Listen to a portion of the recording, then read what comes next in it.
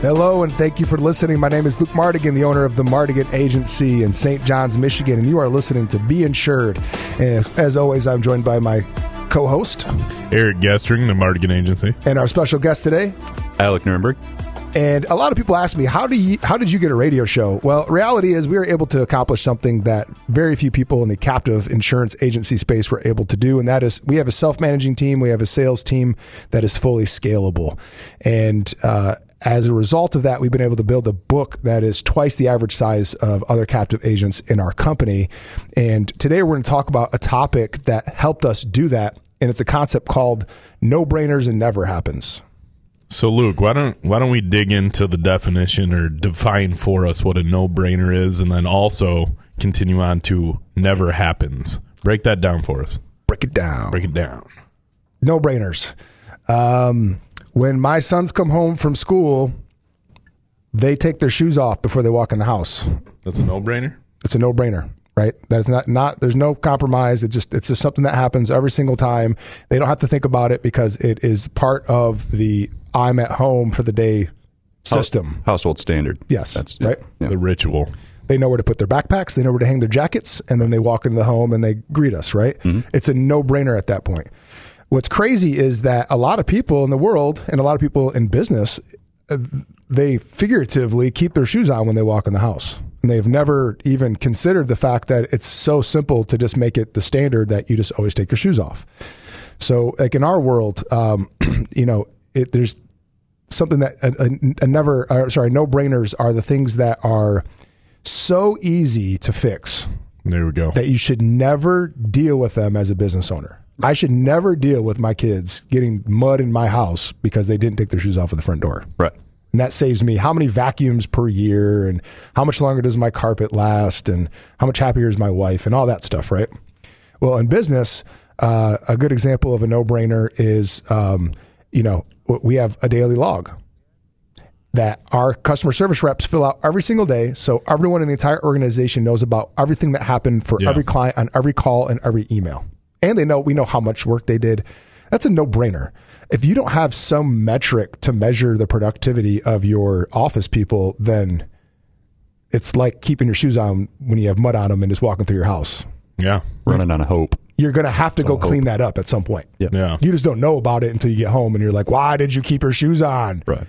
Well, you can head off so many problems just knowing what your people do. So that's a no-brainer concept. That's a really basic one right there.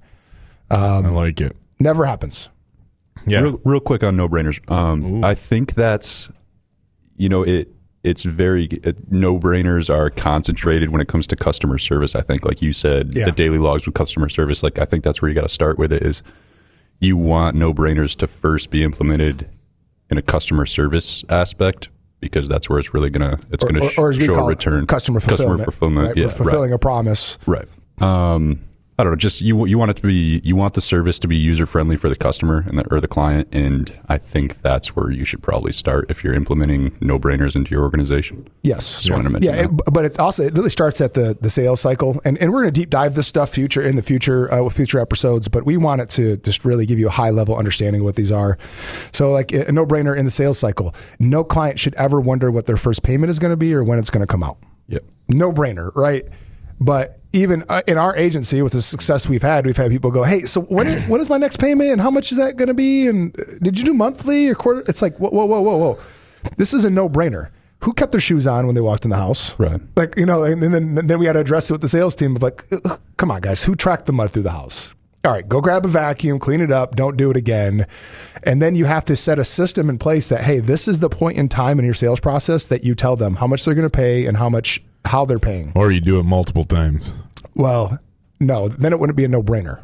No-brainers are things that just happen. You don't have to think about them. It's just part of your process. It's just what you do. When I was a cop, every single traffic stop, I had my approach and all that stuff, and I always set my car up and all the things that I like to do. But policy and procedure created a no-brainer, which is I had to walk up to the car and say, hello, my name's Officer Mardigian with the Lansing Police Department. The reason why I've stopped you is, may I please see your license, registration, proof of insurance. That's a no-brainer.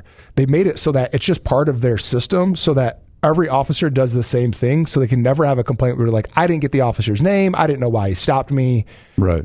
It eliminates that risk altogether. Like why ever, like if you're a command officer at a police department, why ever deal with this scenario? Why ever have your kids walk in with mud on their boots when you can just have them take them off? Why ever deal with a scenario where somebody says, I don't even know who stopped me and I don't know why they stopped me? Right. Let's just head that off. And everyone's going to say that on every traffic stop.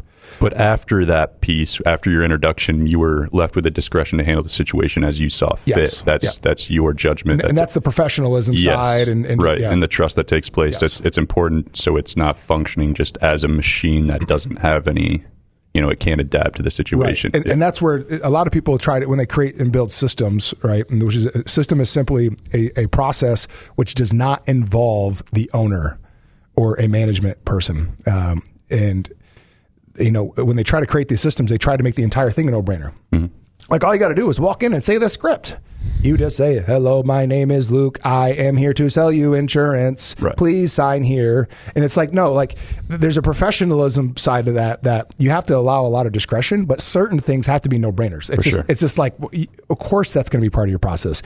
If life insurance, like for us on our particular contract with Farm Bureau Insurance of Michigan, life insurance is really important for our contract. It's a no-brainer that you bring it up every time. So if you have salespeople who aren't bringing it up on every sales call, it's the equivalent of them walking with mud. You're going to figure it out eventually, and you're going to have to clean that mess up. Right. And that's where people find themselves in year after year, just because they're not putting these basic no-brainer concepts in place. Sounds a lot like expectations. It's not, because the client many times doesn't even know that they should expect that from you. Right? No, but you're setting an expectation, right? No, because if, like, for instance, how many times have you been pulled over in your life, Eric? 2 times. That's it? Yeah. Wow. I've been pulled over more than that. Yeah. Really? Last month. Yeah. One time was not good. But in those 2 times, do you recall if they, like when they came up to the car where you're like, all right, I'm going to get this guy's name and I'm going to find out exactly why he stopped me? Definitely was considering why they stopped me the one time, but I knew the other time. So, but why they stopped you? Were you expecting them to come up and, like, you don't walk up to the car as a cop and say, "Hey, just want to set some expectations. First of all, I want to let you know my name. My name is Officer Mardigian. Second expectation, I want you to know that I'm going to be transparent about the reasons why I stopped you." No. Right? Because cops actually can lie to you by law. They don't have to, like, policy and procedure for our department said you have to tell them why you stopped them, but it might be a pretext stop. Supreme Court says you can stop people for reasons other than the actual reason you stopped them. Yes, they have a tail light, but you also suspect they're drunk driving. You don't have to tell them, I think you're drunk. Actually, as a matter of fact, that's probably a bad idea. Right. If they are, they're probably going to do something stupid, right? Yeah. So it's not setting expectations. These are eliminating problems, messes that come up later by putting a consistent, no-brainer, happens every single time process in place. I'm glad that we got clarity on that. I think that makes it more clear for all the listeners. I agree. That was a great question. Because expectations are really huge, but expectations are more about relationship management. This is actually about keeping your house clean. Yep. So, like, we've had instances where people call back and they're like, "Hey, is my policy active?" I talked to the agent last week and he said that he was going to get it started, but, like, I didn't get anything. Well, what? Like, again, that's like walking in with mud on your boots. Like, you just wouldn't do that, right? But in our businesses, we accept that as just reality. And, oh, yeah, no problem. This is literally how corporations handle this. Oh, yeah, that one time that happened. And who is the client? Oh, okay, yeah, we'll just make sure that we take care of it. And here's your information that you need. No. That's something that's a no-brainer. That should just be part of your process. Right. To that's make reactive to a failed no-brainer or a no-brainer that's not in place. You already have mud in your house. Right. And now you're going to go back and tell your kids don't wear muddy shoes in your house. Like, no, like you start that when they're like first wearing shoes. Right. Foundation. You take your shoes off when you get to the front door. That's why we have a little landing with, tile so that you can put your muddy shoes on it. So that's no-brainers. So let's talk about never happens. Never happens. This concept comes from NASA, if you can believe it. So NASA has never happens events. There are certain things that they will never allow to happen and the way that they do that is they essentially create checklists and self-audits. So yes, their people are doing the work. Their people are, putting the spaceship together and building the parts individually, but that is then audited to make sure that the things that could be catastrophic failures never happen. It only took the challenge. It's funny, actually, my kids last week, not knowing that we had this radio show coming up, asked me about the Challenger explosion. Yeah. And I was like, I was your age when that happened. Like, does that make you think your dad's older than he probably is? Or he is as old as I think I am as old as okay. You kids, turn down your music. I don't understand this new. Oh, uphill both ways to school back in the snow. I'm like, actually, that's a great example. And out of that, it was the Challenger explosion that made them start really digging into self audits. And I actually have some info here. I think it's super interesting that referencing NASA and how this kind of was created by NASA. I'm sure it's been used in other places before NASA, but it's interesting to like think about how minute and how technical they review things over and over to make sure that they do annihilate any risk. Yes. Well, you can't. You're talking about a billion-dollar, multi-billion-dollar project. You can't just have one person be like, "Meh, right. I'm not going to use this checklist today. I mean, it's probably not going to blow up." So like a good never happen is we processed a payment on a new system that we have, and it disappeared. That should never happen. Like, and that wasn't on our side. We're not the ones who built that. We're just the end user on that one. But the fact that it wasn't tested and audited to prevent that from ever happening, and we figured out what happened, and we were able to backtrack. But again, the mud's already in the house, right? It's too late. So there's a difference between no-brainers and never happens. No-brainers are the things that on the front end just have to, every time it occurs, without exception. No-brainer, this is part of our process. Yeah. All of our customers experience this. This happens on every account. Mm-hmm. Never happens are actually kind of like the antithesis of that. They are the checklist and the roadblocks that prevent catastrophic failure from even occurring. Right. Yep. So the payment issue should have been figured out in a testing phase, for example, correct. And then before it was even ever implemented. Right. But that's also not to say that when implementing a system that the implementation phase, there's not going to be some rough patches to figure out. You can't test for everything. Right. Yeah. You have to smooth a system out as you're implementing it, and then it'll become self-sustaining. What facts did you want to bring to the table here, Lou? Yeah. So I have a paper that was published by Faith Chandler, who was from the Office of Safety and Mission Assurance at NASA. This was actually published way back in 2007, which is really interesting. But they have what they call mishaps and close calls. All right. So mishaps are, something catastrophically wrong, and close calls are like, it could have been really bad, but thankfully it ended up just, being some damage or something we had to repair. It wasn't, similar to that payment, right? That'd be like that. This is the close call. Like we almost had a bad customer experience, but we didn't, right? So when you're looking at this, no-brainers never happens. You're looking at it through the lens of customer fulfillment. All right. So if you're NASA, your goal is to get that rocket ship or space shuttle or whatever it is that you're sending up into the air, the satellite, off the ground and into the orbit that it's supposed to. And then if you're Elon Musk, you then turn that rocket around and land it again, which is nuts. Right side up. Yeah. I know. The fact that we don't make a bigger deal out of that is just still insane.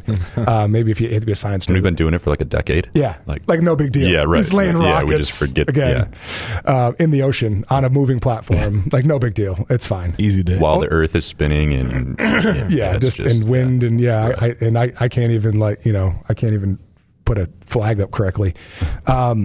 So for that, when you're looking at it through the lens of customer fulfillment, the no-brainers are the things that allow you to fulfill your promise.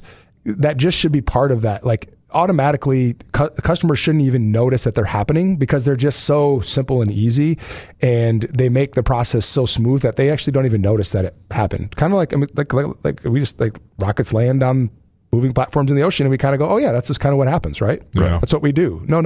There was actually a million steps before that, a bunch of no-brainers that happened to make that happen. Audits and making sure that they get rid of every risk of not landing safely, right? Well, so NASA goes the other way. They actually mitigate risk to an extreme. They eliminate all potential for these. And we'll talk about the process they use. But so looking through the client fulfillment, you're fulfilling a promise. All right. So we're promising we're going to give you the peace of mind of knowing your insurance will do exactly what you need it to do when you need it the most. That's our fulfillment, right? Well, you can't do that if there aren't very simple things on the front end, and there aren't blocks on the back end to prevent that from actually happening. Things that would stop you from having that peace of mind, just like things that would stop a rocket ship from successfully launching. Right. So we're going to dig deeper into this. We're out of time for today's show. Thank you so much for listening.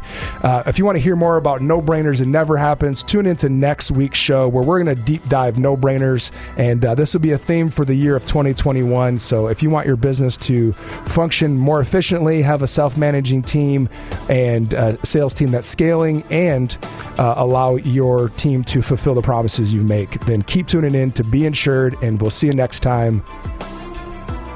Take care.